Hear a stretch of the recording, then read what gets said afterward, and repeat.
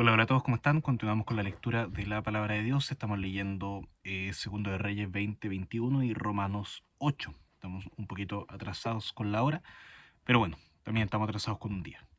Así que vamos a continuar en la Nueva Biblia de las Américas, leyendo Segunda de Reyes. Comenzamos con el capítulo 20:21, después hacemos la conexión con Romanos 8. En aquellos días cayó enfermo Ezequías de muerte. Y vino a él el profeta Isaías, hijo de Amós, y le dijo: Así dice el Señor, pon tu casa en orden, porque morirás y no vivirás. Entonces él volvió su rostro hacia la pared y oró al Señor, diciendo: Te ruego, oh Señor, que te acuerdes ahora de cómo yo he andado delante de ti en verdad y con corazón íntegro, y he hecho lo bueno ante tus ojos. Y Ezequías lloró amargamente.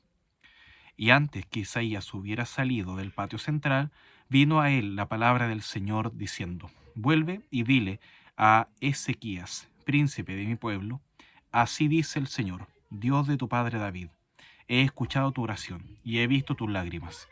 Ahora te sanaré. Al tercer día subirás a la casa del Señor, y añadiré 15 años a tu vida, y te libraré a ti y a esta ciudad de la mano del rey de Asiria, y defenderé esta ciudad por amor a mí mismo y por amor a mi siervo David. Entonces Isaías dijo: Tomen una masa de higos. La tomaron y la pusieron sobre la úlcera, y sanó. Y Ezequías dijo a Isaías: ¿Cuál será la señal de que el Señor me sanará y de que subiré a la casa del Señor al tercer día? Respondió Isaías: Esta será la señal del Señor para ti, de que el Señor hará lo que ha dicho. ¿Avanzará a la sombra 10 grados o retrocederá a 10 grados? Y Ezequiel respondió: Es fácil que la sombra decline 10 grados, pero no que la sombra vuelva atrás 10 grados. El profeta Isaías clamó al Señor, y él hizo volver la sombra 10 grados en las gradas por las que había declinado, en la grada de Acaz. Ezequías muestra sus tesoros. Ese es el título. Bueno, en aquel tiempo, Berodac Baladán, hijo de Baladán, rey de Babilonia, envió cartas y un regalo a Ezequías, porque oyó que Ezequías había estado muerto, perdón, que Ezequías había estado enfermo. Y Ezequías los escuchó y les mostró toda su casa del tesoro: la plata y el oro, las especias y el aceite precioso, su arsenal y todo lo que se hallaba en sus tesoros. No hubo nada en su casa, ni en todo su dominio, que Ezequías no les mostrara. Entonces el profeta Isaías vino al rey Ezequías y le dijo: ¿Qué han dicho esos hombres y de dónde han venido a ti? Y Ezequías respondió: Han venido de un país lejano, de Babilonia. Y él dijo: ¿Qué han visto en tu casa? Y Ezequías respondió: Han visto todo lo que hay en mi casa. No hay nada entre mis tesoros que no les haya mostrado. Entonces Isaías dijo a Ezequías: Oye la palabra del Señor. Vienen días cuando todo lo que hay en tu casa y todo lo que tus padres han atesorado hasta el día de hoy será llevado a Babilonia. Nada quedará, dice el Señor. Y algunos de tus hijos que saldrán de ti, los que engendrarás, serán llevados y serán oficiales en el palacio del rey de Babilonia. Entonces Ezequías dijo a Isaías: La palabra del Señor que has hablado es buena. Pues pensaba: ¿no es así si hay paz y seguridad en mis días? Los demás hechos de Ezequías y todo su poderío, y cómo hizo el estanque y el acueducto, y trajo agua a la ciudad, ¿no están escritos en el libro de las crónicas de los reyes de Judá? Y durmió Ezequías con sus padres, y su hijo Manasés reinó en su lugar. Segundo de Reyes capítulo 21. Manasés tenía 12 años cuando comenzó a reinar, y reinó 55 años en Jerusalén. El nombre de su madre era Epsiba. Hizo lo malo ante los ojos del Señor, conforme a las abominaciones de las naciones que el Señor había desposeído delante de los israelitas, porque reedificó los lugares altos que su padre Ezequías había destruido. Levantó también altares a Baal e hizo una cera, como había hecho Acab, rey de Israel, y adoró a todo el ejército de los cielos y los sirvió. Edificó además altares en la casa del Señor, de la cual el Señor había dicho: En Jerusalén pondré mi nombre. Edificó altares a todo el ejército de los cielos en los dos atrios de la casa del Señor. Hizo pasar por fuego a su hijo, practicó la hechicería, usó la adivinación y trató con adivinos y espiritistas. Hizo mucho mal ante los ojos del Señor, provocándolo a ira. Colocó la imagen tallada de acera que él había hecho en la casa de la cual el Señor había dicho a David y a su hijo Salomón: en esta casa y en Jerusalén, que he escogido de entre todas las tribus de Israel, pondré mi nombre para siempre, y haré que nunca más los pies de Israel vayan fuera de la tierra que di a sus padres, con tal de que cuiden de hacer conforme a todo lo que les he mandado, y conforme a toda la ley que mi siervo Moisés les ordenó. Pero ellos no escucharon, y Manasés hizo que se extraviaran, para que hicieran lo malo, más que las naciones que el Señor había destruido delante de los israelitas. Entonces el Señor habló por medio de sus siervos, los profetas, por cuanto Manasés, rey de Judá, ha hecho estas abominaciones, habiendo hecho lo malo más que todo lo que hicieron los amorreos antes de él, haciendo pecar también a Judá con sus ídolos.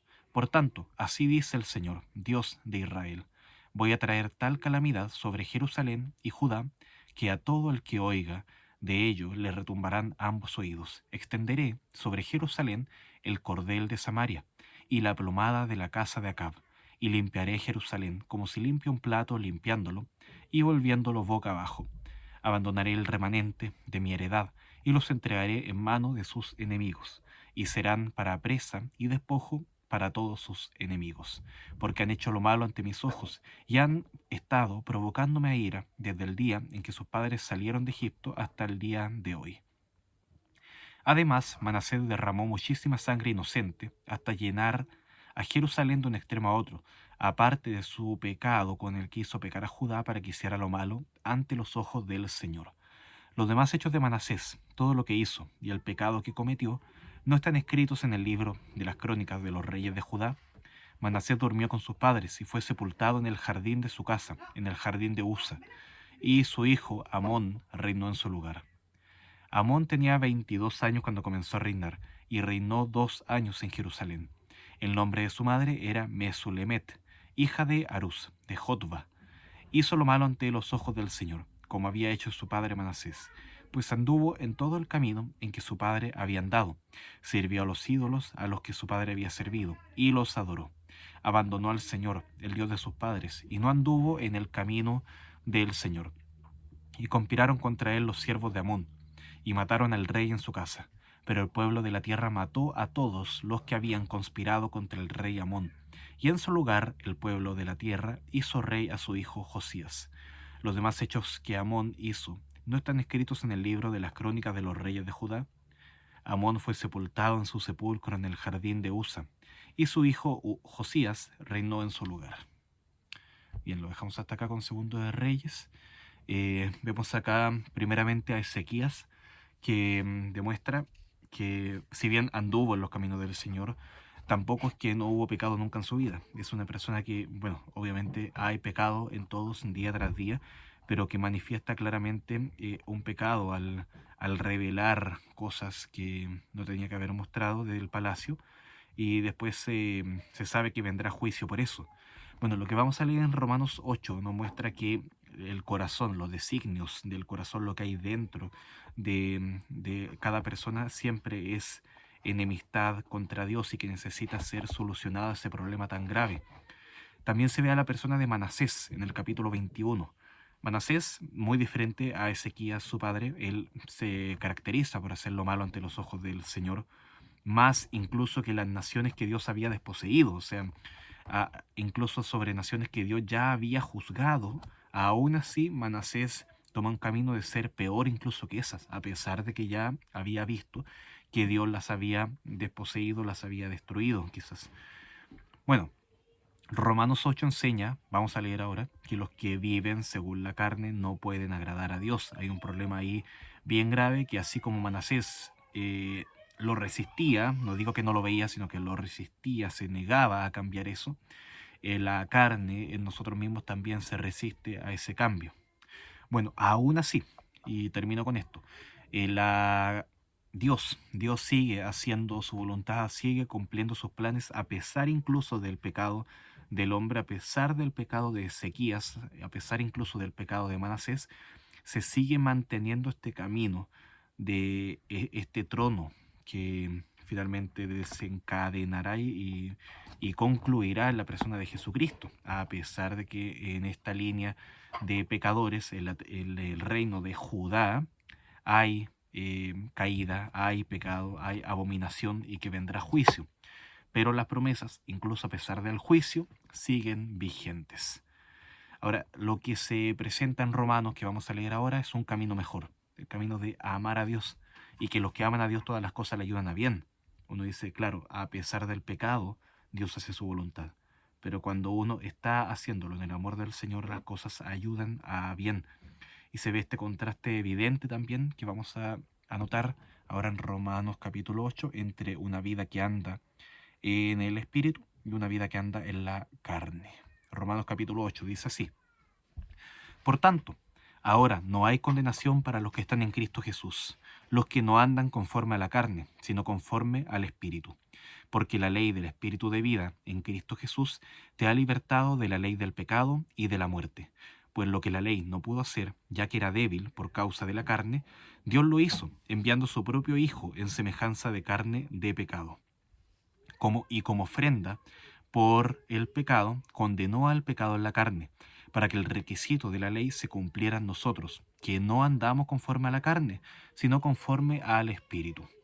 Porque los que viven conforme a la carne ponen la mente en las cosas de la carne, pero los que viven conforme al Espíritu en las cosas del Espíritu. Porque la mente puesta en la carne es muerte, pero la mente puesta en el Espíritu es vida y paz. La mente puesta en la carne es enemiga de Dios, porque no se sujeta a la ley de Dios, pues ni siquiera puede hacerlo. Y los que están en la carne no pueden agradar a Dios. Sin embargo, ustedes no están en la carne, sino en el Espíritu. Si en verdad el Espíritu de Dios habita en ustedes, pero si alguien no tiene el Espíritu de Cristo, el tal no es de él. Y si Cristo está en ustedes, aunque el cuerpo esté muerto a causa del pecado, sin embargo el Espíritu está vivo a causa de la justicia. Pero si el Espíritu de aquel que resucitó a Jesús de entre los muertos habita en ustedes, el mismo que resucitó a Cristo Jesús de entre los muertos también dará vida a sus cuerpos mortales por medio de su Espíritu que habita en ustedes. Así que, hermanos, somos deudores, no a la carne, para vivir conforme a la carne, porque si ustedes viven conforme a la carne, habrán de morir. Pero si por el Espíritu hacen morir las obras de la carne, vivirán. Porque todos los que son guiados por el Espíritu de Dios, los tales son hijos de Dios. Pues ustedes no han recibido un espíritu de esclavitud para volver otra vez al temor, sino que han recibido un espíritu de adopción, como hijos, por el cual clamamos Abba, Padre.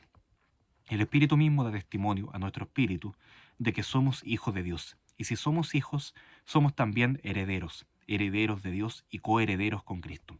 Y si en verdad padecemos con Él, a fin de que seamos glorificados con Él. Pues considero que los sufrimientos de este mundo presente no son dignos de ser comparados con la gloria que nos ha de ser revelada, porque el anhelo profundo de la creación es aguardar ansiosamente la revelación de los hijos de Dios, porque la creación fue sometida a vanidad, no de su propia voluntad, sino por causa de aquel que la sometió, en la esperanza de que la creación misma será también liberada de la esclavitud de la corrupción a la libertad de la gloria de los hijos de Dios. Pues sabemos que la creación entera gime y sufre hasta dolores de parto. Y no solo ella, sino que también nosotros mismos que tenemos las primicias del Espíritu, aún nosotros mismos gemimos en nuestro interior, aguardando ansiosamente la adopción como hijos, la redención de nuestro cuerpo. Porque en esperanza hemos sido salvados, pero la esperanza que se ve no es esperanza. Pues, ¿por qué esperar lo que uno ve? Pero si esperamos lo que no vemos, con paciencia lo aguardamos. De la misma manera, también el Espíritu nos ayuda en nuestra debilidad. No sabemos orar como debiéramos, pero el Espíritu mismo intercede por nosotros con gemidos indecibles. Y aquel que escudriña los corazones sabe cuál es el sentir del Espíritu, porque Él intercede por los santos conforme a la voluntad de Dios. Y sabemos que para los que aman a Dios, todas las cosas cooperan para bien. Esto es para los que son llamados conforme a su propósito. porque a los que de antemano conoció, también los predestinó a ser hechos conforme a la imagen de su Hijo, para que Él sea el primogénito entre muchos hermanos. A los que predestinó, a esto también llamó. A los que llamó, a esos también justificó. A los que justificó, a esos también glorificó. Entonces, ¿qué diremos a esto? Si Dios es por nosotros, ¿quién estará contra nosotros?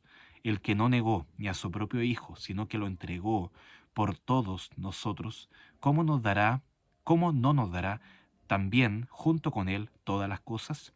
¿Quién acusará a los escogidos de Dios? Dios es el que justifica. ¿Quién es el que condena? Cristo Jesús es el que murió. Sí, más aún el que resucitó, y el que además está a la diestra de Dios, el que también intercede por nosotros. ¿Quién nos separará del amor de Cristo? ¿Tribulación, o angustia, o persecución, o hambre, o desnudez, o peligro, o espada? Tal como está escrito, por causa tuya somos puestos a muerte todo el día. Somos considerados como ovejas para el matadero. Pero en verdad, estas cosas pero en todas estas cosas somos más que vencedores por medio de aquel que nos amó. Porque estoy convencido de que ni la muerte, ni la vida, ni los ángeles, ni principados, ni lo presente, ni lo porvenir, ni los poderes, ni lo alto, ni lo profundo, ni ninguna otra cosa creada nos podrá separar del amor de Dios que es en Cristo Jesús, Señor nuestro. Bien, entonces lo vamos a dejar hasta acá. Agradeciendo al Señor por esta palabra que nos ha permitido reflexionar en la obra del Señor por nosotros los pecadores, y que también nos muestra el pecado del hombre a través de la historia y cómo todo eso encamina finalmente en la persona de Cristo. Vamos a orar.